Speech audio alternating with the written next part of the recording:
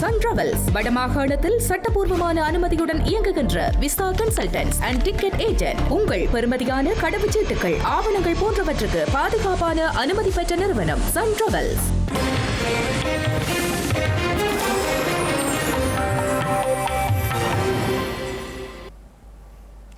வணக்கம். இது ஐபிசி தமிழின் காலை நேர பிரதான செய்திகள்.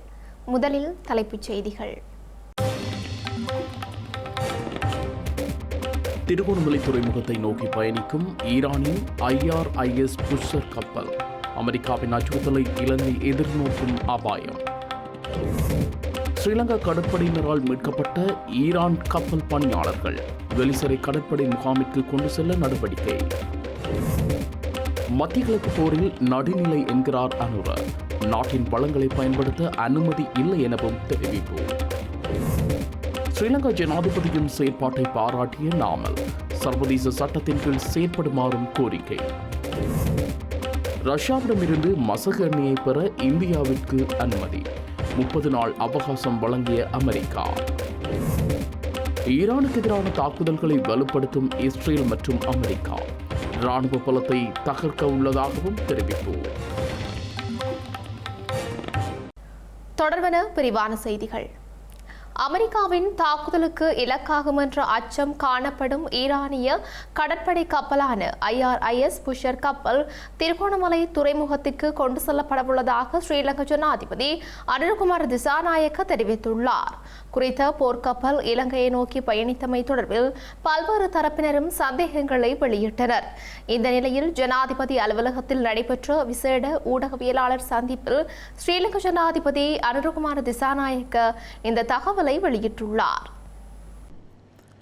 අපි කරනු ලැබූ ක්‍රියාමාර්ග අපි කරනු ලැබූ ප්‍රකාශයන් මේ සියල්ල මේ ස්ථාවරය මත පදනම්. தற்போது அனர்த்தத்திற்கு முகம் கொடுத்த IRIS கப்பலில் இருந்து 4 அல்லது 5ஆம் திகதியில் எமது துறைமுகத்தில் நங்கூரமிட வெளிவிவகார அமைச்சின் ஊடாக கோரிக்கை முன்வைத்தனர்.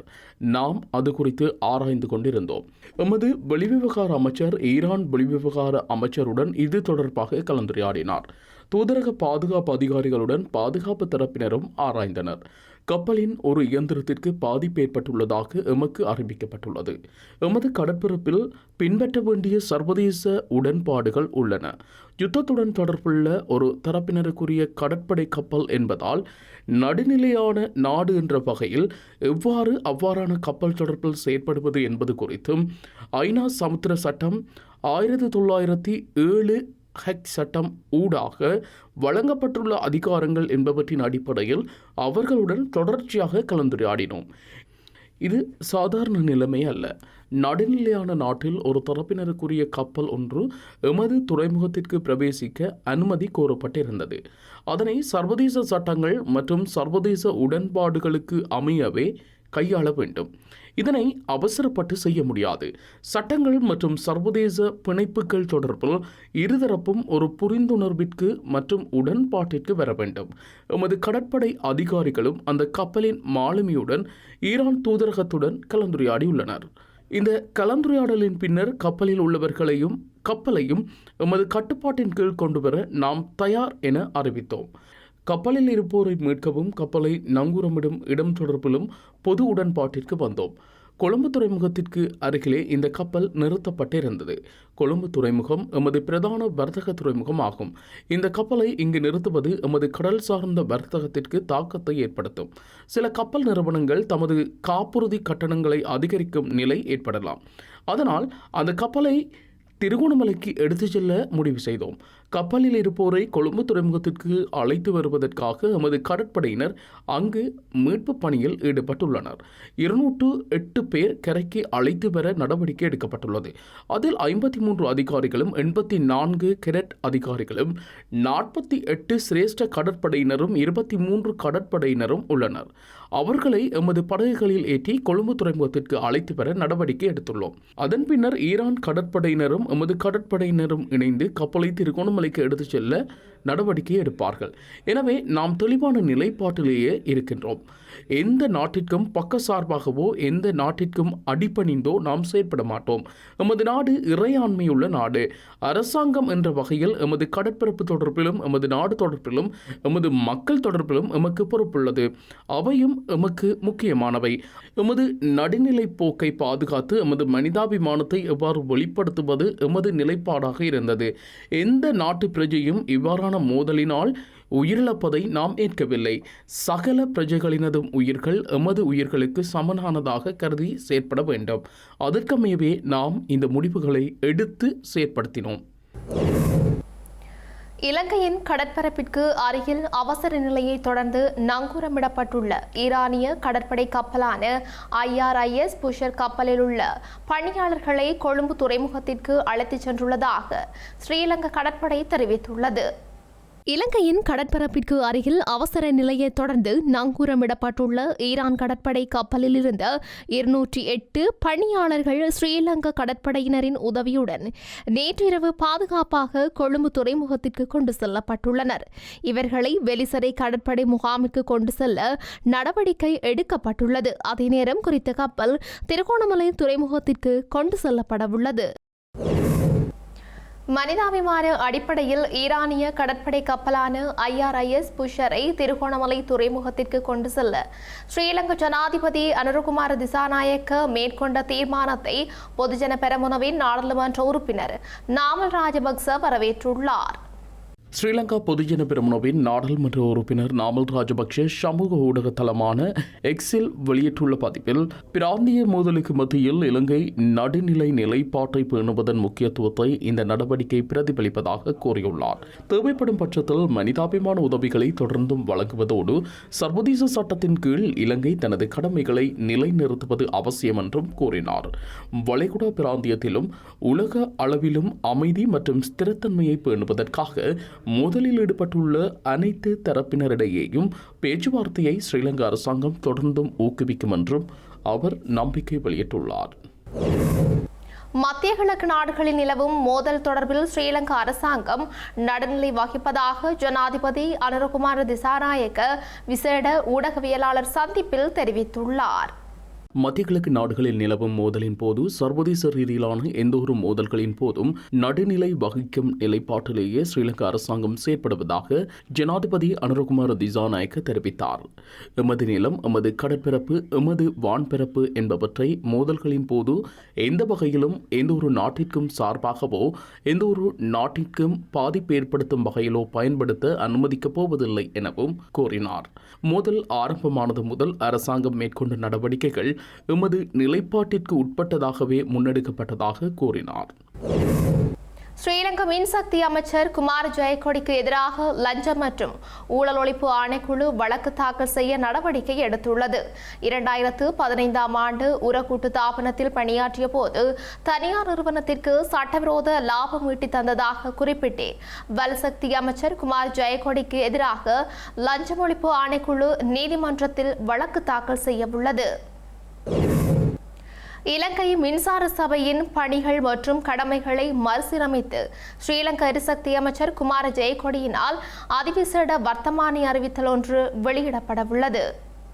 2024ஆம் ஆண்டு 36வது இலக்க மின்சார சட்டம் நடைமுறைக்கு வரும் வகையில் மார்ச் 9ஆம் தேதி முதல் இலங்கையின் மின்சக்தி துறையில் பாரிய மாற்றம் ஏற்படுத்தப்பட்டுள்ளதாக அறிவிக்கப்பட்டுள்ளது. வர்த்தமானியின்படி மின் உற்பத்தி, கடத்தல், விநியோகம் மற்றும் அமைப்பு இயக்கம் 6 புதிய நிறுவனங்களை நிறுவுவதற்கு வழிவகைகளை செய்துள்ளது. இதன்படி இலங்கை மின்சார சபை சட்டத்தின் பல உப பிரிவுகள் திருத்தம் செய்யப்பட்ட வர்த்தமானி வெளியாகியுள்ளது. வெளிநாட்டுக்கு அனுப்புவதாக கூறி பெண் ஒருவரிடம் சுமார் 30 லட்சம் ரூபாய்க்கும் அதிகமாக பணத்தை மோசடி செய்ததாக வைத்திய தம்பதி ஒன்றுக்கு எதிராக காவல் நிலையத்தில் முறைப்பாடு செய்யப்பட்டுள்ளது. வைத்திய தம்பதி ஒன்று தனது சகோதரியை வெளிநாடு அனுப்புவதாக கூறி 2 வருடங்களாக கம்போடியா நாட்டில் தடுத்து வைத்துள்ளதாக அவர் தனது முறைப்பாட்டில் கூறியுள்ளார். தனது சகோதரியை போன்று மேலும் பலர் அங்கு தடுத்து வைக்கப்பட்டுள்ளதாகவும் அவர்களுக்கு உணவு மற்றும் தங்குமிடம் உரிய முறையில் ஏற்படுத்தி கொடுக்காத காரணத்தினால் பலர் அடிமைகளாக அங்கு வேலை செய்வதாக தெரிவித்தார். குறித்த வைத்திய தம்பதி நீர்கொழும்பில் வசிக்கும் இன்னுமொரு தரப்பினர் ஊடாகவே ஆட்களை திரட்டி வெளிநாடுகளுக்கு அனுப்புவதாகவும் முறைப்பாட்டில் தெரிவித்துள்ளார். எனவே குறித்த வைத்திய தம்பதியை கைது செய்து சட்டத்தின் முன் நிறுத்துமாறு அவர் கோரிக்கை முன்வைத்துள்ளார். ஈரான் போர் காரணமாக எரிபொருள் தட்டுப்பாட்டை தவிர்க்க ரஷ்யாவிடமிருந்து 30 நாட்களுக்கு மசகு எண்ணெயை கொள்முதல் செய்ய இந்தியாவிற்கு அமெரிக்கா அனுமதி அளித்துள்ளது. 30 நாட்களுக்கு மாத்திரம் ரஷ்யாவிடமிருந்து இந்தியா மசகு எண்ணெய் வாங்க அனுமதிப்பதாக அமெரிக்கா தெரிவித்துள்ளது. இந்த 30 நாள் சலுகை ஏற்கனவே நடுக்கடலில் உள்ள கப்பல்களுக்கு மட்டுமே பொருந்தும் எனவும் இதனால் ரஷ்யாவிற்கும் மிகப்பெரிய நிதி ஆதாயம் கிடைக்காது என்று அமெரிக்க நிதியமைச்சர் தெரிவித்துள்ளார். சர்வதேச சந்தையில் எண்ணெய் விநியோகம் தடையின்றி கிடைப்பதை உறுதி செய்ய இந்திய எண்ணெய் சுத்திகரிப்பு நிறுவனங்கள் ரஷ்ய எண்ணெயை வாங்குவதற்கு 30 நாட்கள் தற்காலிக விலக்களிப்பதாக அவர் கூறினார். ஈரான் மீது அமெரிக்காவும் இஸ்ரேலும் தாக்குதல்களை நடத்தி வரும் நிலையில் தாக்குதல்களை அதிகரிக்கப் போவதாக இரு நாடுகளும் அறிவித்துள்ளன. ஈரான் மீது 7வது நாளாக தாக்குதல்கள் நடத்தப்பட்டு வரும் நிலையில் ஈரானும் பதில் தாக்குதல்களை நடத்தி வருவதால் மத்திய கிழக்கு போர் சூழல் தொடர்ந்தும் நிலவி வருகின்றது. இந்த நிலையில் ஈரான் மீதான தாக்குதல்களை அதிகரிக்கப் போவதாக அமெரிக்காவும் இஸ்ரேலும் அறிவித்துள்ளன. ஈரானின் இராணுவ பலத்தை தகர்க்கும் நோக்கில் அடுத்த கட்டத்திற்கு தாங்கள் நகர்வதாக இஸ்ரேல் பாதுகாப்பு படை தெரிவித்துள்ளது. ஈரானிய ஆட்சியையும் அதன் இராணுவ கட்டமைப்பையும் முழுமையாக சிதைப்பதே இதன் நோக்கம் என்று இஸ்ரேல் தெரிவித்துள்ளது. இஸ்ரேல் இராணுவ தளபதி லெப்டினன்ட் ஜெனரல் இஎல் ஜமீர் வான்வழியில் ஆதிக்கத்தை நிலைநாட்டிய பின்னர் போரின் அடுத்த கட்டத்திற்கு செல்ல உள்ளதாகவும் கூறினார். ஈரானிய ஆட்சியின் அடித்தளம் மற்றும் இராணுவ திறன்கள் மீதான தாக்குதல்கள் தீவிரப்பட்டுள்ளதாகவும் கூறினார். அதே நேரம் கடந்த 72 மணி நேரத்தில் ஈரானில் உள்ள 200 இலக்குகளை தாக்கியுள்ளதாகவும் ஈரானின் 30க்கும் மேற்பட்ட கப்பல்களை மூழ்கடித்துள்ளதாகவும் அமெரிக்கா தெரிவித்துள்ளது. இந்த நிலையில் மத்திய கிழக்கின் மிகப்பெரிய அமெரிக்க இராணுவ தளம் அல் உதை விமான தளத்தை குறிவைத்து நடத்தப்பட்ட ஆளில்லா விமான தாக்குதலை முறியடித்ததாக கட்டார் பாதுகாப்பு அமைச்சகம் கூறியுள்ளது. பக்ரைனின் தலைநகர் மனாமாவில் உள்ள ஒரு நட்சத்திர விடுதி மற்றும் 2 குடியிருப்பு கட்டடங்கள் ஈரானின் தாக்குதலுக்கு உள்ளாகியுள்ளதாகவும் அந்த நாட்டு உள்துறை அமைச்சகம் தெரிவித்துள்ளது. செய்திகளின் நிறைவாக மீண்டும் தலைப்புச் செய்திகள். திருகோணமலை துறைமுகத்தை நோக்கி பயணிக்கும் ஈரானின் IRIS புஷ்ஷர் கப்பல். அமெரிக்காவின் அச்சுறுத்தலை இலங்கை எதிர்நோக்கும் அபாயம். ஸ்ரீலங்கா கடற்படையினரால் மீட்கப்பட்ட ஈரான் கப்பல் பணியாளர்கள் வெளிசரை கடற்படை முகாமிற்கு கொண்டு செல்ல நடவடிக்கை. மத்திய கிழக்கு போரில் நடுநிலை என்கிறார் அனுர. நாட்டின் வளங்களை பயன்படுத்த அனுமதி இல்லை எனவும் தெரிவிப்பு.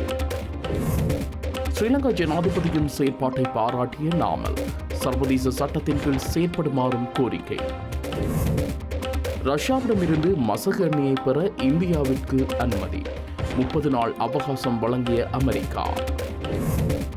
ஈரானுக்கு எதிரான தாக்குதல்களை வலுப்படுத்தும் இஸ்ரேல் மற்றும் அமெரிக்கா இராணுவ பலத்தை தகர்க்க உள்ளதாகவும் தெரிவிப்பு. இத்துடன் ஐபிசி தமிழின் காலை நேர பிரதான செய்திகள் நிறைவு பெற்றன. உடனுக்குடன் செய்திகளை அறிந்து கொள்ள ibctamil.com என்ற எமது இணையதளத்தை பார்வையிடுங்கள். வணக்கம்.